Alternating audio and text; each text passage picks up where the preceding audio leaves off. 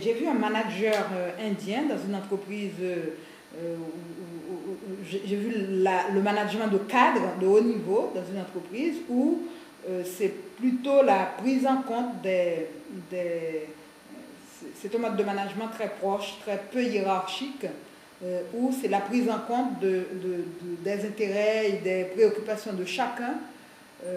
C'est un manager qui prend du temps, pour intégrer, pour introduire, pour écouter chacun de ces cadres et pour leur dire presque que vous êtes aussi important pour moi que le reste. Et chacun se sent pris en compte. Alors en France aussi, je suis allée à la fin du mois de novembre.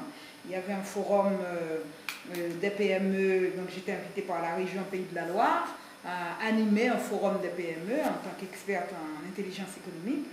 J'ai rencontré un chef d'entreprise, une entreprise de 350 personnes qui employait 28 nationalités et qui était convaincu, par exemple, de ce mode de management et qui était convaincu de la richesse de l'interculturel. Ce qu'il a fait, il a tout de suite compris que c'est en travaillant, c'est pas en envoyant un Français sur place dans les pays qu'on fait de la mondialisation, qu'on rentre dans la mondialisation, c'est en introduisant les cadres de ces pays-là au même niveau de management que les locaux, que les Français, qu'on peut arriver justement à avoir une entrée dans cette mondialisation pour comprendre des choses. Donc il dit qu'il trouve qu'il y a une souplesse.